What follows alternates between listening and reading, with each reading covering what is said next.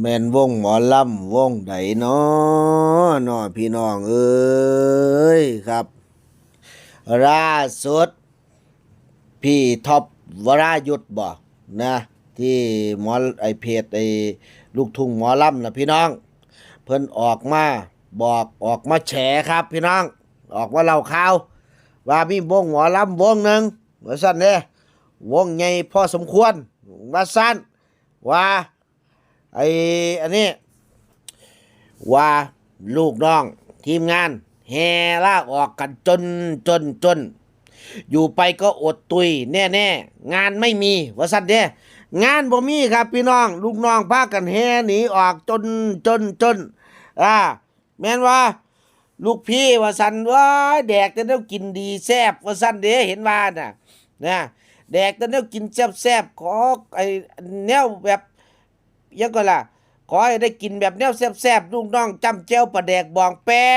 ะอยู่บริษัทเดจักเป็นวงใดล่ะพี่น้องนะเออใส่บอกว่า15 รวยบริษัทเดต้องบอกว่าเอาเฮ้ยไหนบอกจะพารวยนี่นะพี่น้องบอกว่า15 รวยบอกว่า15แบบพ้นทุกข์พ้นยากพ้นความลำบากบริษัทเดสุดท้ายทุกข์ยากลำบากคักกว่าเก่าพี่น้องเอ้ยนะนี่ก็ท่วมหัวรถก็สิถึกยึดนะท่อกสก็เอื้อนเอาเงินค่าชาปนกิจค่าสารพัดดอกเบี้ยท่อกสก็มานะทีหน้ากันเบอร์ทรงทีหน้าก็สิถึกยึดโน่นนั่นนี่ลาออกซะตัว งานมีอาทิตย์ละมือนะเดือนละ4 มื้อพี่น้องนะบัดนี้เขาก็บอกว่าเอาจังไดดีล่ะเฮามีการถามกันเด้เอาจังใดดีล่ะเฮาสิอยู่บ่อยู่สุดท้ายอยู่บ่ได้ครับอยู่ไม่อยู่ไม่ได้แล้วเอ้ยน้องแก้วเสียงเพลงอีแซวฟังแล้วคิดถึงบ้านนะพี่น้องนะอยู่บ่ได้ซะแล้วป้าหนูหิวข้าวป้ากานมโน่นนั่นนี่ก็โอ้ยป้าก็แตกออกเบิดนะลูกพี่เสยเตยเว้ยนะเอาซีนหลอดมาให้กินก็บ่อยากกินนะเอาข้าวเหนียวมาให้กินก็กินง่ายๆอยู่ซั่นเด้บ่กินนะทอดไข่ให้กินได้บ่เออเอาข้าวเจ้าเด้กินน้อยๆนิดๆน้อยๆแต่ลูกพี่อ้วนเอาจังเป็นวงหมอลำวงใดบ่พี่น้องเห็นเขาเว้ามาจังซี่ว่าลูกพี่ก็อ้วนเอาไข้ขึ้นนะลูกน้องก็จอยลงไปหรอกนะวัดล่าสุดบอกว่ากินง่ายๆว่าซั่นเด้เอาซีนหลอดมาให้ปิ้งซีนหลอดมาให้บ่กินเว้ยเอาข้าวเหนียวมาให้บ่กินเว้ยกินง่ายๆอะไรก็ได้ง่ายๆจังซี่น่ะพี่น้องเอ้ยนะสุดท้ายบอกว่าเอาทอดไข่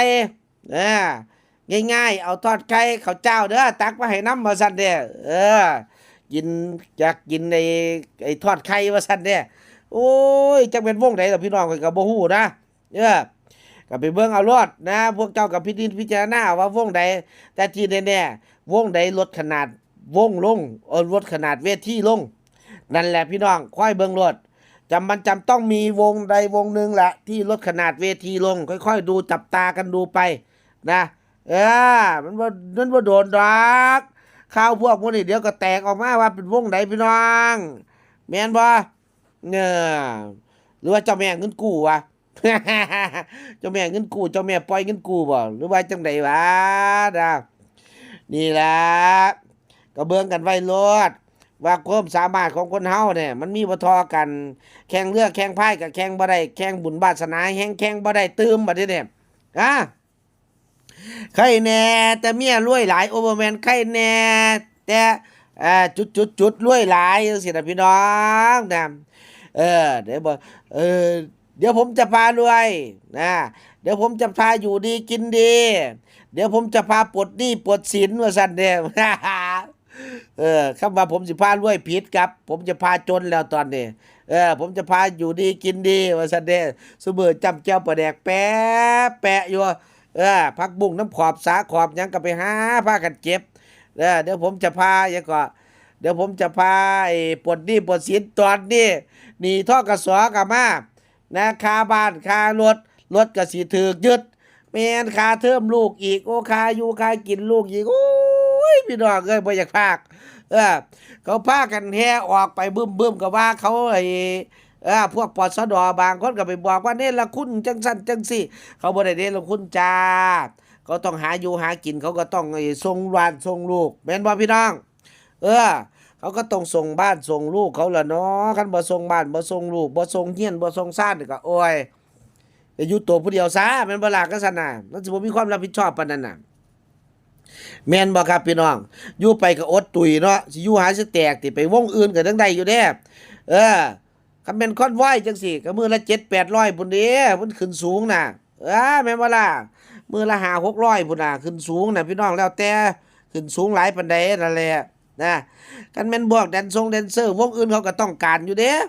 แม่นบ่เออคันแม่นพวกปักคนนกจังซี่โอ้ยวงอื่นเขาก็อยากได้อยู่เด้เพราะว่า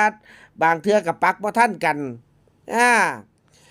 หลายๆอย่างครับพวกนักดนตรีนี่ว้ายไปวงอื่นนี่เขาก็คว้าเอาปั๊บแป๊บแล้วแล้วมันวงใดน้อเนาะนะเออแม่นวงสองผัวเมียบ่คือพี่น้องหลายวงเด้สองผัวเมียอย่ามาตีตนว่าเจ้าของเด้อเออมันว่าฉันแน่เลยสิว่าหรือว่ามันหลายวงเนาะสองผัวเมียน่ะแม่นบ่นี่แหละแบกคำขี้โม้มานำแบกคำขี้คุยมานำน่ะแบกมาแล้วเฮ็ดบ่ได้บัดนี้ไปเอาความฝันล้มๆแรงๆอะน่ะไปบอกผู้นั้นบอกผู้นี้ไปบอกพนักงานเพียงความฝันลมๆแรงๆก็ยังทำแกล้งว่ามีใจหรือว่าเป็นคนนั้นวะโพสต์แล้วลบโพสต์แหมพี่น้องใช่หรือเปล่ามันใช่หรือเปล่าวะมันน่าคุ้นๆนะหรือว่าจะเป็นป้าแตน นะมันน่าคุ้นๆนะแล้วหรือจะว่าจะเป็นลุงพลป้าแตนมัน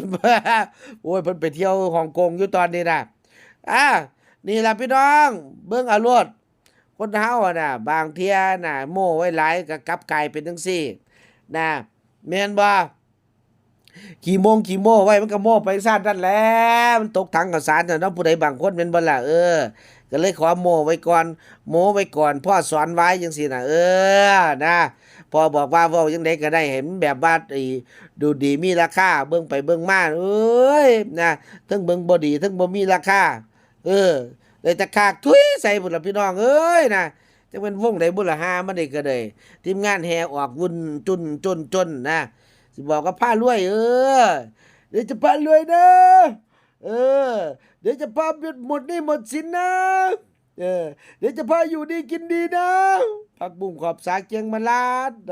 ธกสโทรมาจ่ายเงินธกสด้วยนะไม่งั้นยึดบ้านไฟแนนซ์ก็มาสิยึดรถอยู่ดีกินดีเบิดหนี้เบิดสินขี้โม้คักเนาะ